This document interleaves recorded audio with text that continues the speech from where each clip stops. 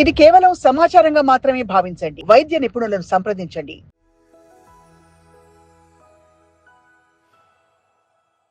ఆక్యుపంచర్లో treatment ఏ విధంగా ఉంటుంది? అలోపతిలో జీవితకాలం వాడాల్సిందే. అదే ఆక్యుపంచర్లో జస్ట్ 40 సిట్టింగ్స్లో. థైరాయిడ్, బీపీ, డయాబెటిస్ వీటికైతే ఎన్నిసార్లు రావాల్సి ఉంటుంది?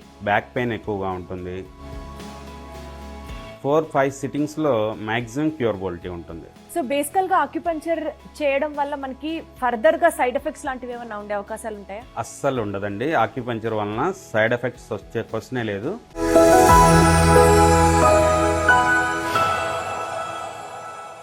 హలో ఎవ్రీబడి, అందరికీ నమస్కారం. Welcome to Sakshi life. ఈరోజు మనం డిస్కస్ చేయబోతున్న subject is about acupuncture. Acupuncture అంటే మాక్సిమం ఒక మైక్రో నీడిల్తో నొప్పున్న చోట గుచ్చితే నొప్పి తగ్గిపోతుంది. ఇంతకు మించి అవగాహన నాకైతే లేదు. But I'm deeply interested to know about acupuncture ఎలా పనిచేస్తుంది, అసలు దాని వెనకాలన్న సైన్స్ ఏంటి. బికాస్ ప్రతి ప్రాబ్లంకి ఒక మందేసుకొని దాని సైడ్ ఎఫెక్ట్ ఎక్స్పీరియన్స్ చేయడం కన్నా probably this is a much more safer practice ఏమో అని నాకు అనిపిస్తోంది. సో దీని గురించి మరింత తెలుసుకునే ప్రయత్నం చేద్దాం. మనతో పాటు ఉన్నారు హీలర్ జక్కా శ్రీనివాసరావు గారు ఫ్రమ్ రావ్స్ ఆక్యుపెంచర్. ఒకసారి డీటెయిల్డ్ గా ఆయనతో మాట్లాడి తెలుసుకుందాం. అంటే ఇప్పుడు డయాబెటీస్ లేకపోతే థైరాయిడ్ ఇట్లాంటి ప్రాబ్లమ్స్ ఉన్నాయి అనుకుందాం. ఆక్యుపెంచర్ లో ట్రీట్మెంట్ ఏ విధంగా ఉంటుంది? థైరాయిడ్ ఉందనుకుందాం. ఈ పాయింట్స్ని ఒక 40 డేస్ రెగ్యులర్గా యాక్టివేట్ చేస్తే ఆ గ్లాండ్స్ తిరిగి పూర్తి స్థాయిలో యాక్టివేట్ అవుతాయి. యాక్చువల్గా అలోపతిలో జీవితకాలం వాడాల్సిందే. అదే ఆక్యుపంచర్లో జస్ట్ 40 సిట్టింగ్స్లో పర్మనెంట్ రిజల్ట్ని మనం ఫాస్ట్గా చూడగలుగుతాం. అంటే బేసికల్గా ఇది మనకి ప్రూవెన్ సైన్సా అండి? వరల్డ్ వైడ్గా హెల్త్ అలోపతి అనేది ఫస్ట్ పొజిషన్లో ఉంది. సెకండ్ టాప్ పొజిషన్లో ఉన్నది ఆక్యుపంచరే. అచ్చా. ప్రపంచ స్థాయిలో వినియోగిస్తున్నారు. సెకండ్ పొజిషన్లో ఉంది ఆక్యుపంచర్. ఆల్రెడీ అలోపతిలో పెయిన్స్కి ట్యాబ్లెట్స్ వాడుతూనే ఉన్నాం, జీవితకాలం వాడుతూనే ఉంటారు. ఎప్పుడు తగ్గుతుంది? ఇక్కడ ఈ ఆక్యుపంచర్లో ఒక చిన్న నీడిల్ ప్రిక్ చేస్తే మీకు స్పాట్లో రిజల్ట్ తెలుస్తుంది. ఆల్రెడీ పెయిన్తో ఉన్నారు, మళ్ళీ ఇది గుచ్చడం వల్ల పెయిన్ అని అంటున్నారు. కానీ ఆ పెయిన్ తగ్గించడానికే ఇది పనిచేస్తుంది. ప్లస్ ఇది నీడిల్ అనేది పైన స్కిన్ పైన పెరిపెరల్ లైన్స్లో మాత్రమే గుచ్చడం జరుగుతుంది. చాలా ఈజీగా చిన్న గిచ్చినట్టు ఉంటుంది సహజంగా. ఇంకొకటి, అలోపతిలో మనం ఎప్పుడు డయాబెటిక్కి ఇన్సులిన్ ఇంజెక్షన్లు రోజుకు 3 సార్లు గుచ్చుకుంటున్నాంగా, అంతకు మించి పెయిన్ అయితే ఉండదుగా. అక్కడ ఇన్సులిన్ వెళ్ళటానికి కూడా ఇంటర్నల్గా ఒక హోల్ కావాలి. అంటే పైన స్టీల్ వ్యాసం ఎంత ఉంటుంది. ఇక్కడ చాలా సన్ననది, దోమ తొండంతో సమానంగా ఉంటుంది ఆక్యుపంచర్ నీడిల్. అందువల్ల అంత పెయిన్ అనిపించదు. బ్లడ్ మేబీ కొన్ని ప్లేసెస్లో మాత్రమే వస్తుంది, అన్ని చోట్ల కూడా రాదు. సో ఇప్పుడు ఈ ఆక్యుపంచర్ ట్రీట్మెంట్లో భాగం సార్, అక్యూట్ పెయిన్స్కి అయితే ఎన్ని సెషన్స్ అవసరం అవుతాయి?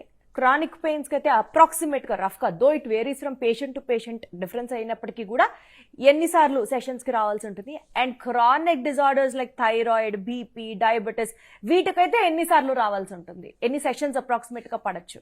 అక్యూట్గా వచ్చేవి బాగా ఎక్కువసేపు అలసిపోయేలా పనిచేసినప్పుడు మాత్రమే వస్తాయి. అక్యూట్గా అవి సడన్గా పట్టుతుంటాయి. అలాంటి వాటిలో ఎక్కువగా బ్యాక్ పెయిన్ ఎక్కువగా ఉంటుంది.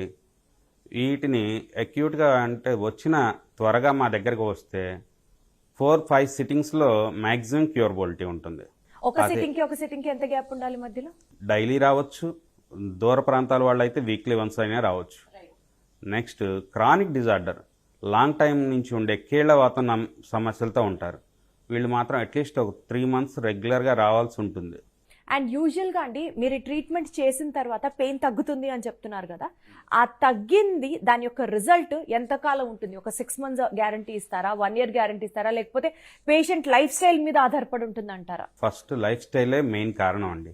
ఆ లైఫ్ స్టైల్ తినాల్సిన సమయంలో తినకపోవటం, నిద్రపోవాల్సిన సమయానికి నిద్రపోకపోవడం, ప్రాపర్గా దేహానికి ఇవ్వాల్సిన రెస్ట్ని ఇవ్వకపోవటం వలన వచ్చేయే ఈ సమస్యలు. ఎప్పుడైతే మేము తగ్గించామో డైట్తో పాటు ఎలా మన జీవన విధానం ఉండాలో వాటిని సింపుల్గా చెప్తాం. వాటిని మీరు కొనసాగిస్తుంటే రిపీట్ కూడా మా దగ్గరికి రావాల్సిన అవసరం ఉండదు. అంటే ఆక్యుపెంచర్కి కూడా ఒక సెపరేట్ డైట్ ఏమైనా ఉంటుందా అండి? డైట్ ఏం లేదండి. న్యాచురల్గా మనకు ఆకలేస్తే తినాలి. అది సూర్యుడు ఉన్నప్పుడు మాత్రమే తినాలి. అగ్ని ఉన్నప్పుడే తిన్నది అరుగుతుంది.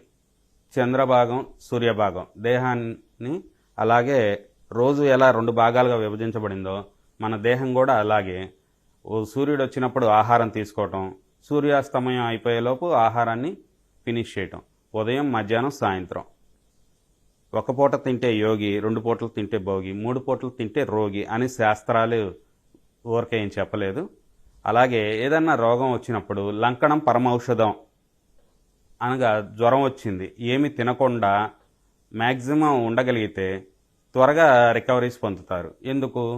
జ్వరం అంటేనే మన దేహంలోకి ఏదో వైరస్, బ్యాక్టీరియా ఎంటర్ అయింది. దాన్ని ఎదుర్కొనే ప్రక్రియ మన బాడీలోని ఇమ్యూనిటీ 2 కలిసి ఘర్షణ జరిగే ప్లేస్ కాబట్టి.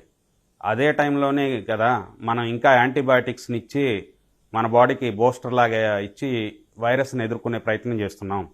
ఎప్పుడైతే బాగా హీట్ పెంచుతామో, ఆకలి వేసినప్పుడు తినకుండా ఉంటే ఫైర్ ఇంకా పెరుగుతుంది కదా.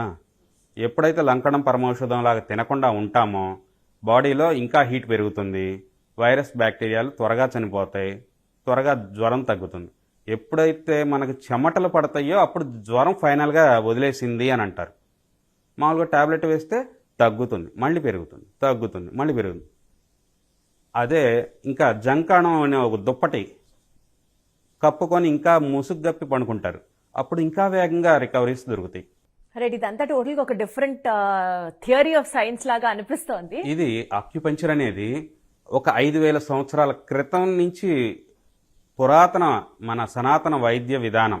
సో బేసికల్ గా ఆక్యుపంచర్ చేయడం వల్ల మనకి ఫర్దర్ గా సైడ్ ఎఫెక్ట్స్ లాంటివి ఏమైనా ఉండే అవకాశాలు ఉంటాయా? అస్సలు ఉండదండి. ఆక్యుపంచర్ వలన సైడ్ ఎఫెక్ట్స్ వచ్చే క్వశ్చనే లేదు. బాడీ యాక్టివేషన్ పెరుగుతుంది. ఇప్పుడు ఎగ్జాంపుల్, చాలా రోజుల నుంచి బాగలేని వ్యక్తి ఇల్లు శుభ్రంగా ఉంచుకోగలుగుతారా? ఉంచుకోలేరు కదా. ఎక్కడ అన్నీ అడ్డదిడ్డంగా డిస్టర్బెన్స్గా ఉంటాయి. ఎప్పుడైతే యాక్టివ్గా మారాడో అన్నీ క్లీన్ చేసి నీట్గా సర్ది పెట్టుకుంటారు కదా. అలాగే మన బాడీకి కూడా ఎనర్జీస్ బాగా యాక్టివేట్ అయినప్పుడు తన దేహంలో ఉన్న వ్యర్థాలన్నింటినీ బయటికి నెట్టివేస్తుంది త్రూ మోషన్స్ ఆర్ వామిటింగ్స్. అది 1 or 2 days మాత్రమే ఉంటాయి.